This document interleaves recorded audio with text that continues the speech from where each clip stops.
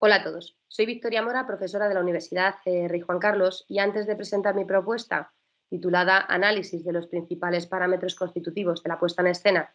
en los laboratorios virtuales, me gustaría agradecer a los coordinadores del presente simposio de Artes Escénicas, Innovación e Hibridación por la gran labor y trabajo que están desarrollando y la gran oportunidad que brindan a los intervinientes para dar a conocer sus proyectos. Y de la misma forma se hace extensible a toda la organización del Congreso. Bueno, los laboratorios virtuales han proliferado en los últimos años, ya que se constituyen como una herramienta muy útil dentro de los procesos de enseñanza-aprendizaje de numerosas disciplinas pertenecientes a áreas como las sanitarias, sistemas informáticos, química, entre otros muchos. ¿Por qué? Pues porque permite la experimentación sin riesgo por parte del estudiante y con un precio bastante moderado en comparación con las prácticas presenciales, las cuales no son excluyentes en absoluto. En este sentido, lo han visto como una gran oportunidad multinacionales como por ejemplo Google Inc., ¿no?, que ha apostado por crear su propia plataforma con sus propias gafas de realidad virtual. Claro, por otro lado, la situación derivada de la COVID-19 ha modificado sustancialmente los procesos productivos, han amplificado los recursos online, las herramientas y aplicaciones de formatos híbridos de trabajo en todos los órdenes y muy especialmente en el sector audiovisual. Esta propuesta debe entenderse como parte de un proyecto de investigación superior que consiste en el desarrollo, planificación y creación de simuladores virtuales en los diferentes medios cinematográfico, radiofónico, prensa y televisión que conforman el ámbito audiovisual. Actualmente se ha creado una primera beta que incluye los primeros pasos que llegarán a formar el primer laboratorio virtual de realización televisiva. Sin entrar en mucha profundidad, porque no es el caso que nos ocupa, se ha establecido una plataforma con acceso desde multidispositivos que permiten a varios usuarios llevar a cabo de forma simultánea diferentes roles profesionales presentes o propios de los estudios y los controles de realización de televisión, como si lo estuvieran realizando de una forma presencial y elaborando, por tanto, un producto audiovisual final. En el estadio actual ya se encuentra implementada la interacción entre las cámaras de plató y su escenario con el sistema de mezcla de vídeo, quedando pendiente un trabajo de desarrollo importante en cuanto a mejora de funcionalidades en este sentido. Pero como pueden observar, si yo toco los parámetros de la cámara, afecta directamente al encuadre que se está visualizando en la propia cámara y se verá de forma simultánea también en el control de realización para poder realizar la mezcla, ¿no?, y llevar a cabo el producto. Bueno, de forma paralela se está trabajando en otras líneas de investigación que permiten el perfeccionamiento de este dispositivo, ¿no? Y en este sentido, en este punto, es donde tiene cabida la propuesta de análisis del espacio virtual y la delimitación de aquellos elementos que intervienen en la puesta en escena. ¿Para qué? Pues para que en última instancia podamos evaluar la manera en la que estos están contribuyendo a mejorar la experiencia inmersiva que ofrece un laboratorio virtual. Por tanto, empleando una metodología flexible, una vez expuesto el estudio de caso desde el que se parte, se ha llevado a cabo una revisión bibliográfica que ha permitido conocer diferentes iniciativas que se han realizado al respecto, destacando la inexistencia de trabajos académicos sobre análisis formales y estéticos de laboratorios virtuales,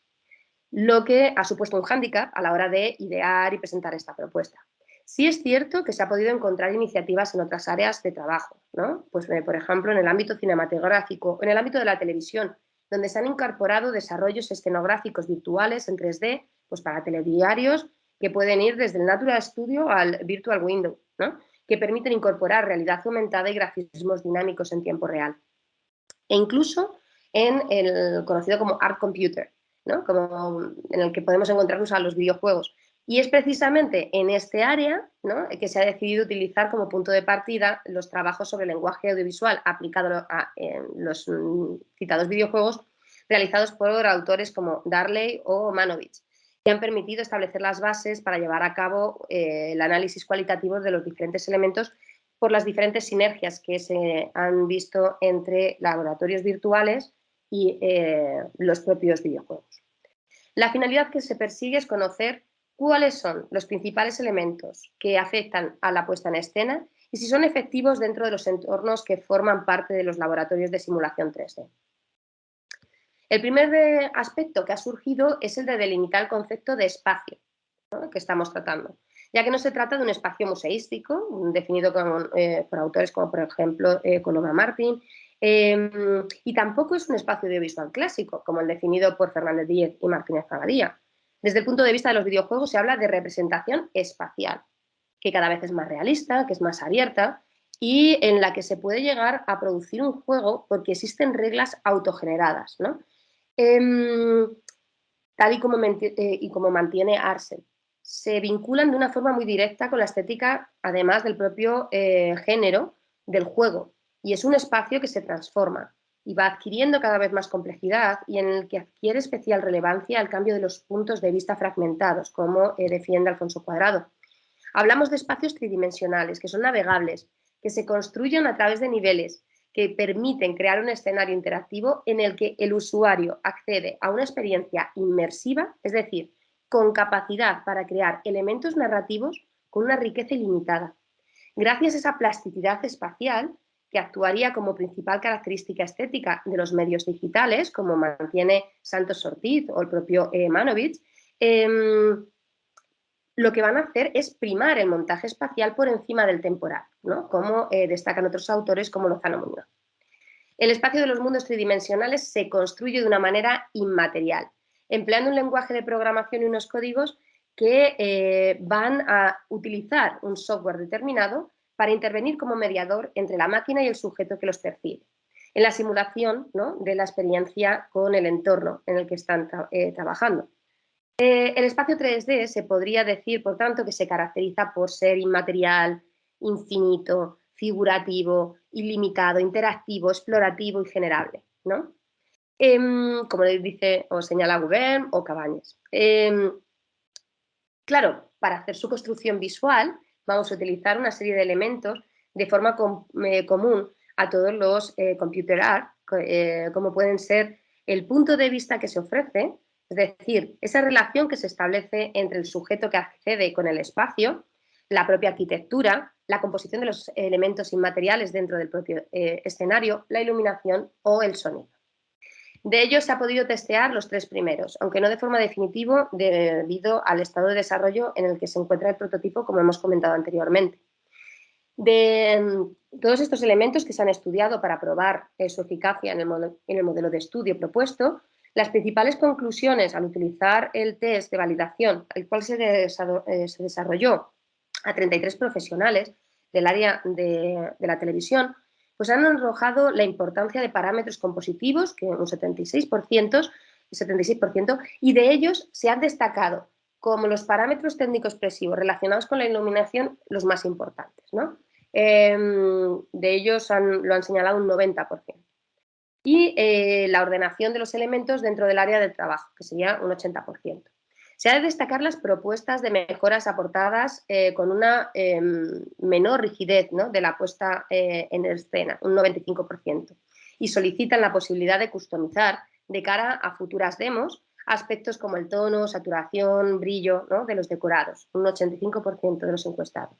y la posibilidad de seleccionar entre diferentes opciones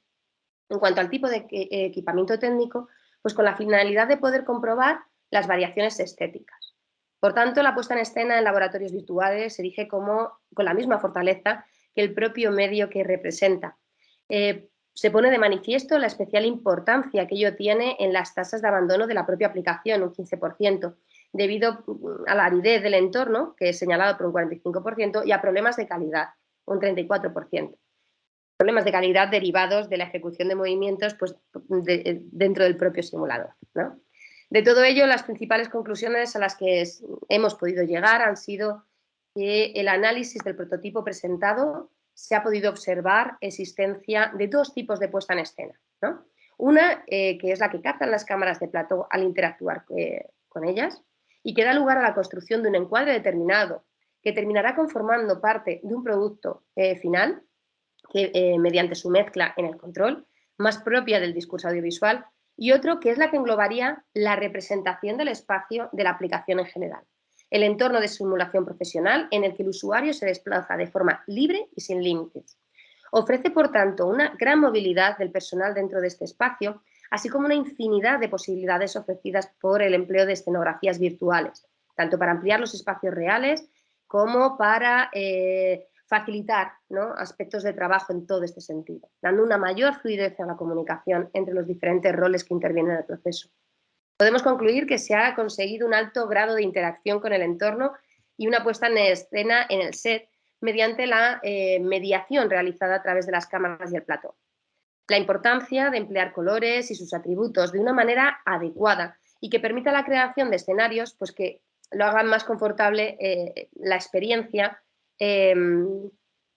inmersión, ¿no?, que se está produciendo. Y, por otro lado, para ello, ¿no?, el empleo de fuentes lumínicas profesionales que permitan simular su trabajo y su eficiencia real van a permitir conocer el espacio, focalizar y crear nuevas puestas en escenas virtuales que permiten trabajar sin sombras, generando campos de luz de distintos tipos en función del género o de la temática que se está llevando a cabo. La disposición de un punto de vista de 360 grados en las cámaras o el recorrido dentro de la propia aplicación favorece la riqueza de la composición de los encuadres resultantes con una referencia exacta a la importancia que adquiere en la vida real, con la salvedad de que en el mundo virtual no existen limitaciones arquitectónicas insalvables, ¿no? Como se ha podido observar, queda mucho trabajo para finalizar las propuestas, las cuales ofrecen multitud de nuevas vías de investigación, tanto a nivel constructivo de la propia aplicación, como a la hora de indagar sobre construcciones temporales, funciones del usuario, procesos de evaluación. Un gran trabajo en el que les he tenido el gusto de presentarles esta pequeña iniciativa que forma parte de ese gran macroproyecto que les he explicado anteriormente. Sin más, agradecerles su atención, espero que les haya resultado interesante y quedo a su disposición para responder cualquier pregunta que les pueda surgir. Un saludo.